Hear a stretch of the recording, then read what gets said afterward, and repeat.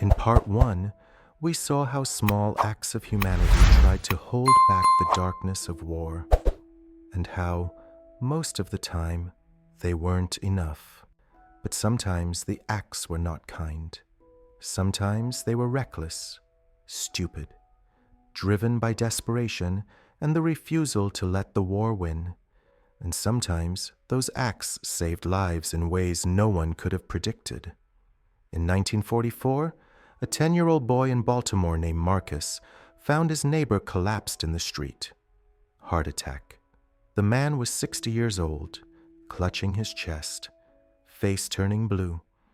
Marcus had no medical training, had never seen anyone dying before.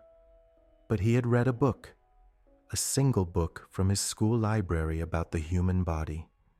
He remembered a page about the heart, about compressions, about keeping blood moving until help arrived. Marcus dropped to his knees, put his hands on the man's chest, started pushing. He did not know if he was doing it right, did not know if it would work. He just pushed, counted, pushed again. For 15 minutes. His hands were shaking, his arms were burning. He wanted to stop, but he did not. He kept pushing, kept counting, until the ambulance arrived. The man survived, spent 2 weeks in the hospital. When he got out, he went to Marcus's house and thanked him, asked him where he learned to do that. Marcus said he read it in a book. The man laughed, said he owed his life to a book. Marcus did not laugh. He just nodded because he knew the truth. That book only existed because of a teacher who refused to quit. A teacher named Mrs. Eleanor Hayes, who kept teaching even after the school shut down, who gathered neighborhood kids in her living room and made them read, made them learn, made them believe that knowledge mattered, even when the world was falling apart. Marcus was one of those kids. He had been angry at the war, at the world, at everyone. His father had been killed at Pearl Harbor. His mother worked nights. Marcus had stopped caring about anything, but Mrs. Hayes showed up at his door one day and told him he was coming to class. He said no.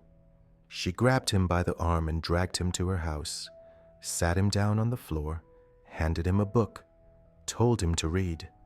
Marcus hated her for weeks, but she did not give up. She kept teaching, kept calling on him, kept making him read, and slowly, something changed. Marcus started paying attention, started doing the work, not because he wanted to, but because Mrs. Hayes refused to let him quit, refused to let the war destroy him. That book he read, the one about the human body, the one that saved his neighbor's life. He read it in Mrs. Hayes's living room while bombs were being built a mile away and soldiers were dying overseas and the world was tearing itself apart. And years later, when Marcus became a teacher himself, he told that story to every class on the first day of school. He told them about the neighbor, about the book, about Mrs. Hayes, and he told them the same thing she told him. The world will try to break you. Do not let it. Keep learning, keep fighting, keep going. But not every small act led to survival. Sometimes they just delayed the inevitable. In 1945, a 12-year-old girl in San Francisco named Helen started writing letters to soldiers. She did not know any of them.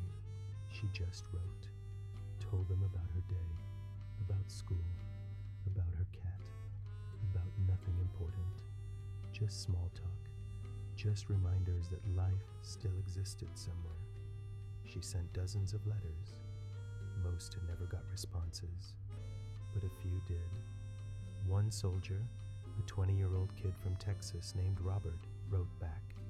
He thanked her for the letter, said it made him feel human, said the war made you forget what normal felt like.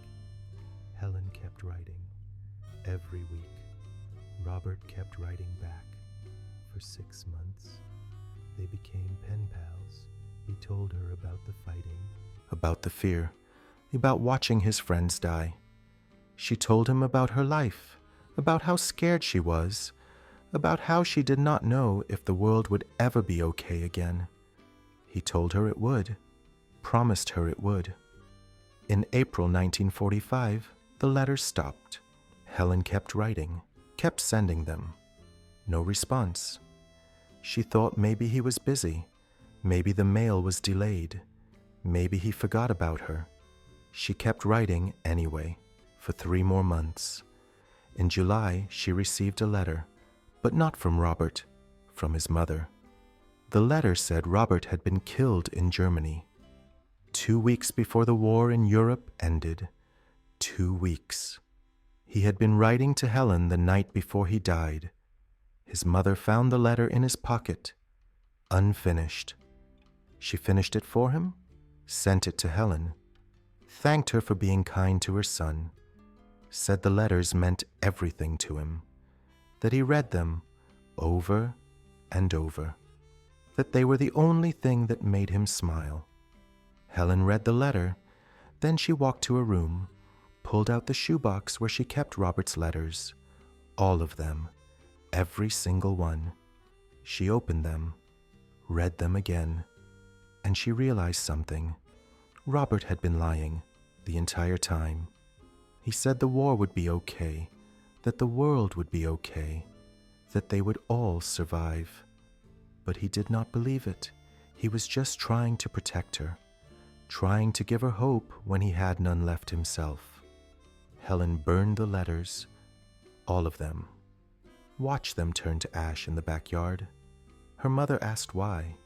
Helen said because they were lies. Her mother said they were not lies, they were kindness. Helen said kindness does not stop bullets. Her mother did not have an answer for that. Helen never wrote another letter, never tried to comfort another soldier, never reached out to another stranger, because she learned what everyone learned eventually, that the small acts did not save anyone. They just made you feel like you were doing something when you were not. They just made the war a little more bearable while it killed everyone you tried to save. The war took so much, and the small acts of humanity fought back. But most of the time, they lost. Most of the time, the war won anyway. And the people who tried to fight it with kindness and hope and love were left standing in the ruins wondering if any of it mattered. Wondering if they should have done more. Wondering if there was ever anything they could have done at all. If kindness can't stop bullets, why did people keep trying? The answer might change how you see Novitude forever.